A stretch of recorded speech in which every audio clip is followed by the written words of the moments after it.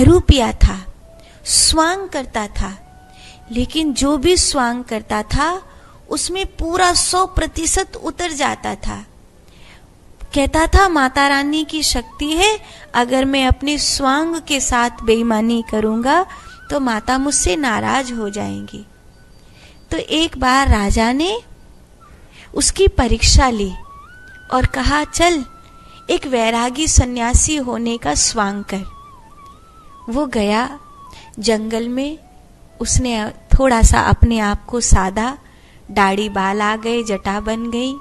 फिर जब वो साधु बन गया तब वो लौट कर आया और वो साधु के स्वांग में अपने आप को दिखाने लगा। भीड़ इकट्ठी हुई, बड़ी भारी भीड़ इकट्ठी हुई।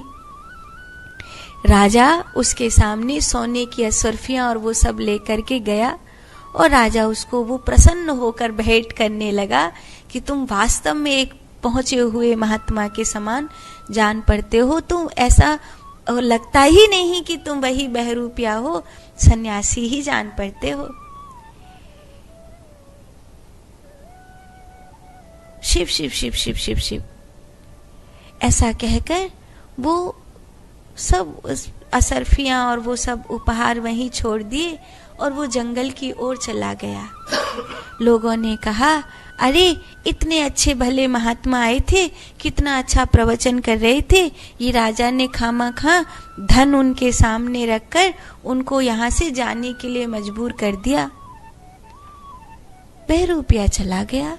राजा को बड़ा आश्चर्य हुआ, इतनी सारी भेंट उसने त्याग दी।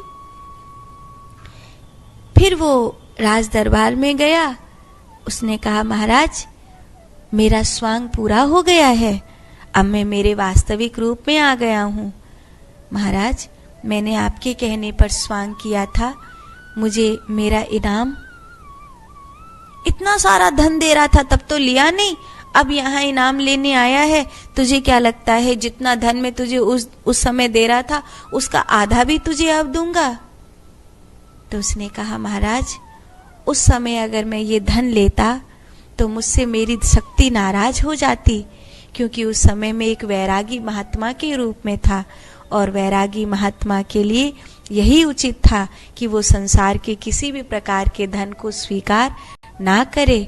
इसीलिए मैंने वह धन नहीं लिया। चूंकि अब मैं अपने वास्तविक रूप में आ गया हूँ, इसीलिए अब मेरे किए गए कर्म के लिए मेरे इनाम के फलस्वरूप जो आप देंगे वही मुझे मेरी मेहनत के फलस्वरूप स्वीकार होगा। राजा को बड़ा आश्चर्य हुआ। राजा ने उसे स्वांग के अनुरूप धन दिया, वो चला गया। उसकी बड़ी ख्याति थी कि वो जो स्वांग कहो वही कर देता है। एक दिन राजा से उसके नाई ने कहा, महाराज इसको शेर बनाओ, शेर। उस बहरूपिया ने कहा, नहीं महाराज मुझे शेर मत बनाइए, क्योंकि अगर आप मुझे शेर बनाएंगे और उस दौरान कुछ हो गया तो मेरा जीवन संकट में पड़ जाएगा। नहीं, तुम्हें ये करना ही होगा। तो महाराज आप वचन दीजिए कि अगर उस दौरान कोई भी अपराध शेर की योनि से होता है तो आप उसका दंड मुझे नहीं देंगे। राजा ने कहा, ठीक है, मैं वचन देता हूँ। वह जंगल में गया और उसने कुछ समय जंगल में शेरों के मध्य अपने आप को रखा, अपने आप में शेर की वृत्ति को उतारा और फिर उसने स्वांग किया स्वयं के शेर होने का।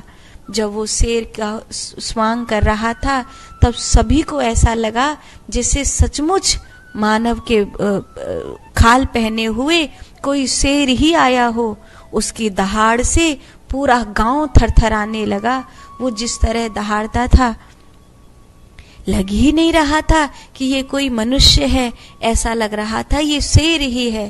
तभी राजकुमार ने आकर उसको पीछे से छड़ी मार दी और उसने वो भूल ही गया कि मैं मनुष्य हूँ, उसने उसको फपेट दिया। राजा का बेटा घायल हो गया बुरी तरह से, उसका बामुश्किल जीवन बचाया गया। राजा उससे बहुत नाराज हुआ। फिर वो जंगल में भाग गया और अपने वास्तविक रूप में लौट कर आया। तब उसने कहा, महाराज मैंने शेर का स्वांग किया, मुझे उसका इनाम दीजिए। तूने राजकुमार को घायल कर दिया है। महाराज मैंने पहले ही कहा था, मैं जब स्वांग करता हूँ तो जो रूप में उतरता हूँ मैं वही हो जाता हूँ। मैंने आपसे कहा था कि मुझसे ये स्वांग मत करवाइए। आपने मुझे वचन दिया था कि आप मुझे क्षमा करेंगे।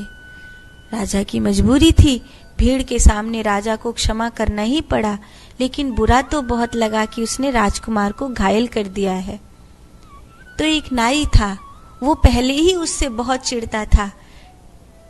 ये बहरूपिया, जब देखो मुझे तो इसकी किसी बात में सच्चाई नहीं लगती। उसने कहा, महाराज इस बहरूपिये से सती का स्वांग करवाइए। जब ये सती का स्वांग करेगा और जलकर मर जाएगा तो दो बात स्पष्ट हो जाएंगी। अगर ये बच गया तो समझ लेना कि ये ढोंग करता है, और अगर ये मर गया तो राजकुमार को घायल करने का दंड इसको मिल जाएगा। राजा ने कहा, बात तो ठीक है। राजा ने उस बहरूपिये को बुलाया, तुम्हें हमारे लिए फिर से एक स्वांग करना होगा। आज्ञा कीजिए महाराज। सती का स्वांग। महाराज, पर उसमें मेरे जीवन का खतरा है। अगर मुझे कुछ हो जाता है तो आपको मेरे परिवार के जीवन यापन की व्यवस्था का वचन देना होगा, तभी मैं ये स्वांग कर सकता हूँ। राजा ने कहा, ठीक है, दिया वचन, करो स्वांग। वह एक मुर्दे के समीप गया और उसने बहुत देर तक चिताओं को देखा। चिताओं को देखते देखते देखते उसने अपने भीतर उस स्वांग को पूरी तरह से उतार लिया, और वो एक मुर्दे के प्रति भाव से भर गया। और उसने कहा, अब मैं सती होने के लिए जा रहा हूँ। वो स्त्री के रूप में 16 श्रृंगार करके सती होने के लिए नाई ने व्यवस्था करी, खूब सारी लकड़ियां इकट्ठा करो, बचना नहीं चाहिए किसी भी शर्त पे। अत्याधिक लकड़ियां इकट्ठी कर दी गई। वो तो सती के रूप में था ही बहरूपिया, सो वो उस मुर्दे के साथ सती होने के लिए बैठ गया। पूरा गांव इकट्ठा था कि बहरूपिया जल जाएगा, सती का स्वांग कर रहा है। भीड़ इकट्ठी थी, आग लगा दी गई, लकड़ियों में आग लगी। जैसे ही आग लगी, लकड़ियां बहुत ज्यादा थी, देर आग लगने में थोड़ी सी देर लगी। इतने में वहां आंधी आ गई, और आंधी आते ही बारिश होने लगी, सो सब लोग भाग गए। जब सब लोग भाग गए, बारिश बहुत तेज हुई। बारिश तेज होने से नदी में उफान आ गया, और वो नदी में बहता हुआ जंगल की ओर चला गया। जब उसे होश आया और वो अपने वास्तविक रूप में आया, तो कई दिनों बाद वो महाराज के दरबार में पहुंचा। महाराज, मैंने सती का स्वांग किया था, उसके लिए मुझे इनाम चाहिए। वो तो ठीक है, पर तू बचा कैसे? महाराज, मैं कहाँ बचा, मैं तो आपके पूर्वजों से मिलकर के आया हूँ। आपके दादे परदादे फलाने फलाने फलाने सबसे मिलकर के आया हूँ। राजा ने उसकी बात मान ली, क्योंकि वो जो भी स्वांग करता है वो सती ही करता है, कभी कोई झूठा स्वांग करता ही नहीं। हो सकता है सती होकर वो वहां मिलकर के आया हो। फिर सबका क्या हाल चाल है? महाराज, और तो सब ठीक है, लेकिन वहाँ बहुत समय से उनकी दाढ़ी बाल बढ़ गए हैं, नाखून बढ़ गए हैं। तो कोई अगर राजकीय व्यवस्था हो जिसमें उनके दाढ़ी बाल और नाखून की, नाई ने सोचा मैं मरा, तो वो बेचारा कांपने लग गया। राजा ने कहा, कैसे भेजा जाएगा? हम अपने पारिवारिक नाई को ही वहां भेज देते हैं, उपाय क्या है? महाराज, उपाय तो वही है, जैसे आपके दादे परदादे वहां पहुंचे, जैसे मैं वहां पहुंचा, ऐसे ही ये नाई भी वहां पहुंचेगा। राजा ने आदेश किया, कल ही चिता सजाई जाए और हमारे पूर्वजों के लिए इस नाई को वहां भेजा जाए। अपने सामान को तैयार कर ले, तुझे वहां जाना है।